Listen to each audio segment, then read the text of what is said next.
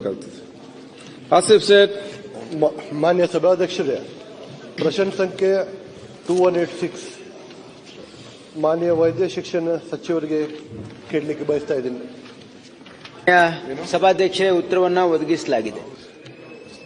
ಸಭಾಧ್ಯಕ್ಷರೇ, ಉತ್ತರ ಬಂದಿದೆ. ಸಭಾಧ್ಯಕ್ಷರೇ, ಒಂದು ಒಳ್ಳೆ ದೊಡ್ಡ ಸ್ಟ್ರಕ್ಚರ್ ಆಗಿದೆ ಸೂಪರ್ ಸ್ಪೆಷಾಲಿಟಿ ಹಾಸ್ಪಿಟಲ್ದು. ಅದರಲ್ಲೇ 1-2 ಬ್ರಾಂಚ್ ಸ್ಟಾರ್ಟ್ ಆಗಿದ್ದೇವೆ. 4 ಬ್ರಾಂಚ್ ಇನ್ನೂ ಸ್ಟಾರ್ಟ್ ಆಗೋದಿದೆ. ಅದರಿಗೆ ಇಕ್ವಿಪ್ಮೆಂಟ್ ಬೇಕು. ಅದರ ಜೊತೆ ಸ್ಪೆಷಲಿಸ್ಟ್ ಡಾಕ್ಟರ್ಸ್ ಬೇಕು. ಅಧ್ಯಕ್ಷರೇ, ನರ್ಸಿಂಗ್ ಸ್ಟಾಫ್ ಬೇಕು, ಟೆಕ್ನಿಕಲ್ ಸ್ಟಾಫ್ ಬೇಕು. ಅದು ಎಲ್ಲ ಕಂಪ್ಲೀಟ್ ಮಾಡಲಿಕ್ಕೆ ಹೇಳಲಿಕ್ಕೆ ಬಯಸ್ತಾ ಇದ್ದೀನಿ ಅಧ್ಯಕ್ಷರೇ. ಮತ್ತೆ ಇದರ ಜೊತೆ ಬಿಮ್ಸ್ ಹಾಸ್ಪಿಟಲ್ ಅಲ್ಲಿ ದಿನ 2500 3000 OPD ಆಗ್ತಾವೆ ಡಾಕ್ಟರ್ ಅಧ್ಯಕ್ಷರೇ. ಮತ್ತು 1280 ಬೆಡೆಡ್ ಹಾಸ್ಪಿಟಲ್ ಇದೆ. 40% ಅಷ್ಟೇ ಡಾಕ್ಟರ್ಸ್ ಅದಾರ, 40% ಅಷ್ಟೇ ಟೆಕ್ನಿಷಿಯನ್ ಸ್ಟಾಫ್ ಇದೆ. ಟೆಕ್ನಿಕಲ್ ಸ್ಟಾಫ್ ಮತ್ತು ನರ್ಸಿಂಗ್ ಸ್ಟಾಫ್ 50% ಇದೆ. ಅಧ್ಯಕ್ಷ, ಅದು ಫಿಲ್ಅಪ್ ಮಾಡಲಿಕ್ಕೆ ನಾ ಹೇಳಲಿಕ್ಕೆ ಬಯಸ್ತಾ ಇದ್ದೀನಿ ಮಾನ್ಯ ಸಚಿವರಿಗೆ. ಇದರ ಜೊತೆ ಅದು 150 ವರ್ಷದ ಹಳೇದು ಹಾಸ್ಪಿಟಲ್ ಕಟ್ಟಿದ್ದು, ಲೀಕೇಜ್ ಆಗ್ತಾ ಇದೆ. ಅದು ರಿಪೇರ್ಸ್ ಮಾಡಲಿಕ್ಕೆ ಬೇಕು. ಅದರ ಜೊತೆ ಒಂದು ಬಿಮ್ಸ್ ಮೆಡಿಕಲ್ ಕಾಲೇಜ್ ಇದೆ. ಎಲ್ಲ ಡಿಸ್ಟ್ರಿಕ್ಟ್ಗೆ, ಸಿವಿಲ್ ಹಾಸ್ಪಿಟಲ್ಗೆ, ಮೆಡಿಕಲ್ ಕಾಲೇಜ್ ಹಾಸ್ಪಿಟಲ್ಸ್ಗೆ, ಎಲ್ಲ ಡಿಸ್ಟ್ರಿಕ್ಟ್ಗೆ ಒಂದು ಅಟ್ಯಾಚ್ ಹಾಸ್ಪಿಟಲ್ ಇದೆ ಆಸ್ ಪರ್ MCI ರೆಗ್ಯುಲೇಷನ್. ನಮ್ಮ ಬೆಳಗಾಂಗೆ ಒಂದು ಹಾಸ್ಪಿಟಲ್ ಬೇಕು ಅಟ್ಯಾಚ್ಡ್, ಒಂದು 500 ಬೆಡೆಡ್ ಹಾಸ್ಪಿಟಲ್.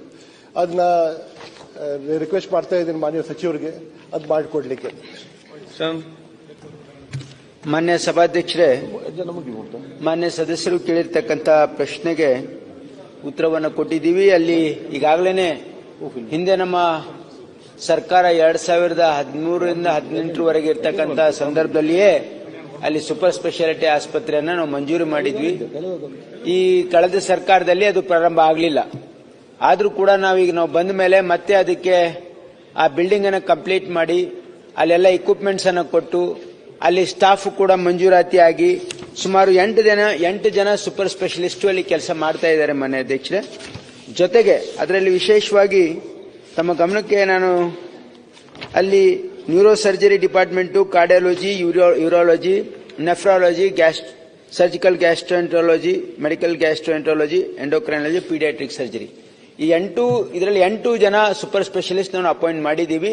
ಯಾಕಂದ್ರೆ ತಾತ್ಕಾಲಿಕ ಏನಂದ್ರೆ ಕಾಂಟ್ರಾಕ್ಚುಯಲ್ ತಗೊಂಡಿದ್ದೀವಿ. ಆದ್ರೆ ಈಗ ಒಳ ಮೀಸಲಾತಿ ಮುಗಿದು ಆಗಿದೆಯಲ್ಲ, ಈಗಾಗಲೇ ಅವ್ರು ಹೇಳಿದ ಹಾಗೆ ನಾವು ನೇಮಕಾತಿಯನ್ನು ಮಾಡ್ಕೊಳ್ತಾ ಇದ್ದೀವಿ. ಜೊತೆಗೆ ನಾವು KLE ಸಂಸ್ಥೆಯವ್ರ ಜೊತೆನೂ ಕೂಡ ಒಡಂಬಡಿಕೆ ಮಾಡಿಕೊಂಡು ಅವರು ಡಾಕ್ಟರ್ಸ್ ನಮ್ಮ ಸೂಪರ್ ಸ್ಪೆಷಾಲಿಟಿ ಆಸ್ಪತ್ರೆಯಲ್ಲಿ ಎಲ್ಲಾ ಡಿಪಾರ್ಟ್ಮೆಂಟ್ ಅಲ್ಲಿ ಬಂದು ಫ್ರೀ ಕೆಲಸ ಮಾಡ್ತಾರೆ to take care of the patients.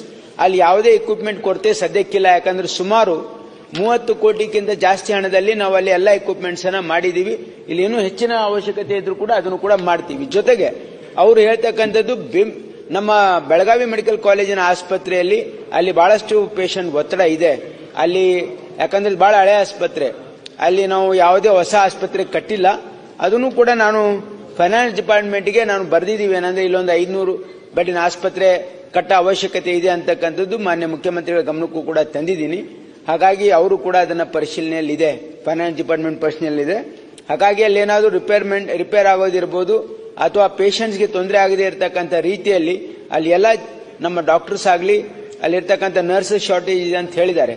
ಈಗ ನಮಗೆ ಇಂಟರ್ನಲ್ ರಿಸರ್ವೇಷನ್ಗೋಸ್ಕರ ನಿರ್ಬಂಧ ಇತ್ತು. ಈಗ ಅದನ್ನ ಅಗತ್ಯ ಇರ್ತಕ್ಕಂಥ ಎಲ್ಲ ಡಾಕ್ಟರ್ಸ್ ಅನ್ನ ರಿಕ್ರೂಟ್ ಮಾಡ್ತೀವಿ. ಮತ್ತೆ ಅಡಿಷನಲ್ ಏನಾದರೂ ಸಪೋರ್ಟ್ ಸ್ಟಾಫ್ ಬೇಕಿದ್ರು ಕೂಡ ಅದನ್ನು ಕೂಡ ನಾವು ಮಾಡ್ತೀವಿ. ಮಾನ್ಯ ಅಧ್ಯಕ್ಷ ನರೇಂದ್ರ ಸ್ವಾಮಿ ಸರ್.